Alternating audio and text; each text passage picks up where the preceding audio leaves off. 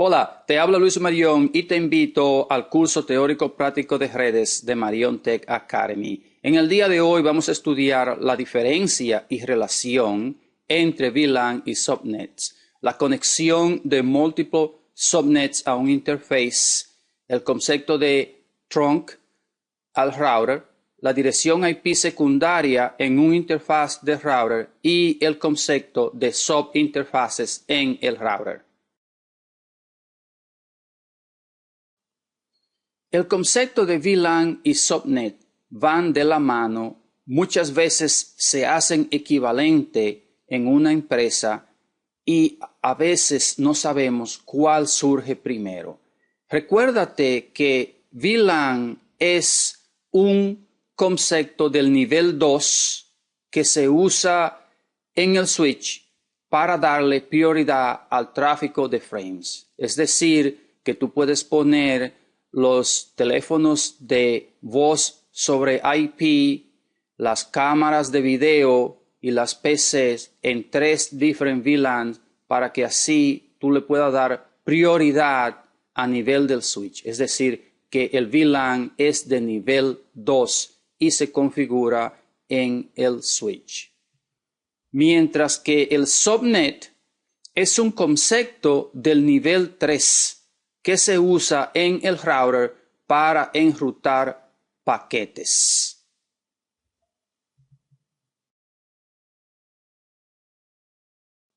Si un VLAN y un subnet son tan diferentes, ¿cuál es entonces la relación que existe?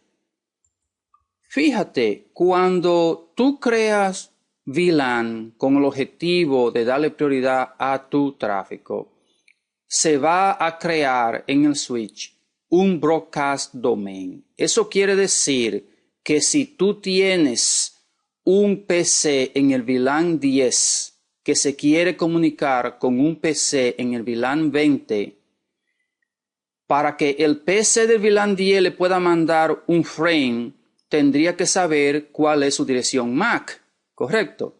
Para ello tendría que utilizar el protocolo ARP, el cual va a enviar un frame al switch y esto lo va a mandar al broadcast domain. El problema es que los únicos PCs que van a recibir esos frames van a ser los que están en el VLAN 10 porque eso crea un broadcast domain y el PC que está en el VLAN 20 nunca se va a enterar que alguien le está pidiendo su dirección MAC para mandarle un frame y por tanto cada VLAN crea un broadcast domain el cual hace que los frames no puedan pasar de un VLAN a otro. Por eso el administrador de la red en cierto modo se ve obligado a crear subnets en cada VLAN para que así pueda utilizar un router para entonces comunicarse con los VLANs. Tú dirás, bueno, pero si yo estoy creando VLAN, ¿para qué me interesa a mí mandar tráfico de uno a otro? Bueno, sucede que cuando tú tienes una cámara de video o voice sobre IP, en la mayoría de los casos, tú no quieres que el tráfico pase de un VLAN a otro, pero para fines de administración, de vez en cuando, tú quieres darle un ping a un teléfono de voz sobre IP o darle un ping a una cámara de video, ya sea para configurarla o para monitorearla sin tener que ir físicamente a donde está ese dispositivo y por tanto para llevar ese tráfico de un VLAN que digamos sea administrativo hacia ese otro VLAN, tú vas a tener que verte obligado a crear un subnet en cada VLAN y entonces poner un router que te permita hacer el enrutamiento de un subnet a otro.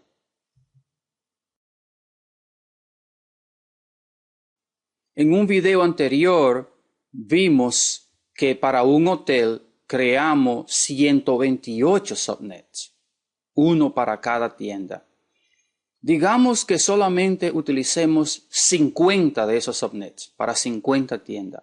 Aún así, son demasiados subnets para ser conectados a un router. Aquí tenemos un router con 2 interfaces solamente. Pudiéramos ponerle 3, 4 más interfaces, pero 50 tendríamos que tener un router que se lleva una habitación completa. Entonces necesitamos otra estrategia para conectar subnets a un router cuando tenemos más subnets que los interfaces que están disponibles en ese router. Por ejemplo, en este caso, si tenemos un tercer subnet, ya no tenemos dónde conectarlo en este router, el cual tiene FA01 y FA00. Hay 2 maneras que podemos utilizar para lograr esto, por lo menos a nuestro nivel de CCENT. Una primera estrategia es cuando los subnets están en un mismo VLAN. En este caso se usa el concepto de IP secundarias. Vamos a ver que yo puedo utilizar aquí un solo cable del router al switch, digamos el cable gris, y entonces definir ahí 3 direcciones IP, una primaria y 2 secundarias, uno para cada uno de estos subnets. Si los subnets están en VLAN diferentes, entonces se usa el concepto de subinterface en el router Cisco. Yo puedo en un solo cable crear lo que se llama subinterfaces y entonces definir ese cable como troncal, porque recuérdate que como son VLAN, yo necesito llevar ese tráfico desde el switch, viniendo desde varias VLANs, llevarlo desde el switch hacia el router para poder hacer el enrutamiento. En el caso de que los subnets estén en un mismo VLAN, lo que tendríamos que hacer es en el router utilizar un solo interfaz. Fíjate que aquí el interfaz FA00 no tiene ninguna dirección IP configurada. Luego elegimos el interfaz FA01 y ahí definimos una dirección IP que pertenezca al subnet. Y recuérdate que casi siempre se elige la primera dirección IP disponible para host en ese subnet. Luego creamos otra dirección IP, pero nos acordamos de ponerle la palabra secondary o secundaria al final. Si no haces eso, si no le pones la palabra secondary al final, lo que va a hacer es que va a cambiar la dirección IP en ese interfase, eliminando la 192.168.1.1. Es decir, que cuando tú pongas la 192.168.2.1 y tú quieres que sea secundaria, es decir, adicional a la primera, tienes que ponerle la palabra secondary. Luego ponemos otra dirección IP, 192.168.3.1 y también le ponemos secondary. De esta manera vamos a tener 3 direcciones IP asignadas al mismo interfaz y por tanto este router va a tener 3 subnets conectadas directamente hacia él. Bien, y no se necesita por ningún lado hablar de VLAN ni hablar de cables troncales porque todos los PCs en este caso están en subnets que están dentro de un mismo VLAN. Esta versión de Packet Tracer no soporta IP secundaria, es decir que este ejemplo tendrías que hacerlo en el router físico.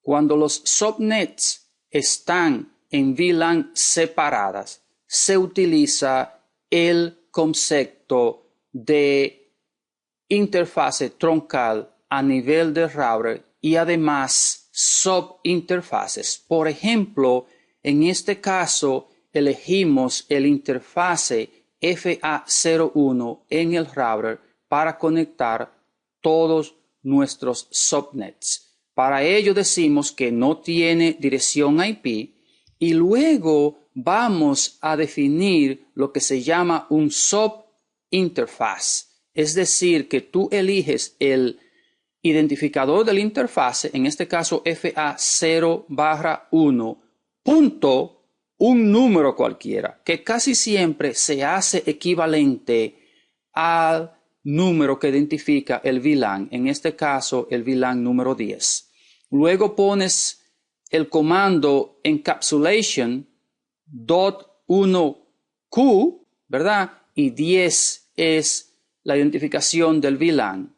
Y ahí le vas a poner cuál es la dirección IP, en este caso la 192.168.1.1. Luego tú vas a crear otro subinterface, digamos el FA0/1.20, que es un subinterfase para el próximo VLAN, y de nuevo repites el comando encapsulation.1q20 y con su dirección IP 192.168.2.1. Y finalmente para el tercer VLAN el subinterfaz FA0/1.30 encapsulation.1q con el identificador de VLAN 30 y su dirección IP 192.168.3.1.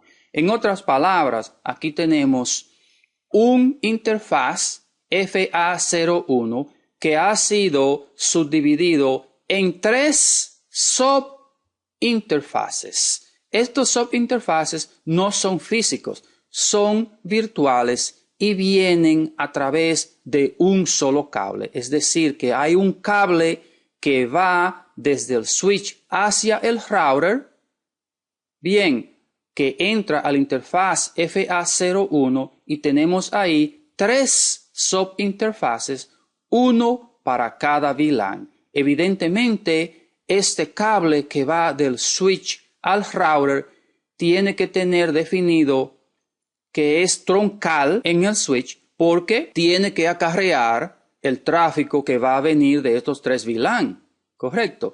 Y de igual manera vemos aquí la configuración con el comando encapsulation.1q que se hace en el router para decirle que ese interfaz en el router está trabajando con ese protocolo.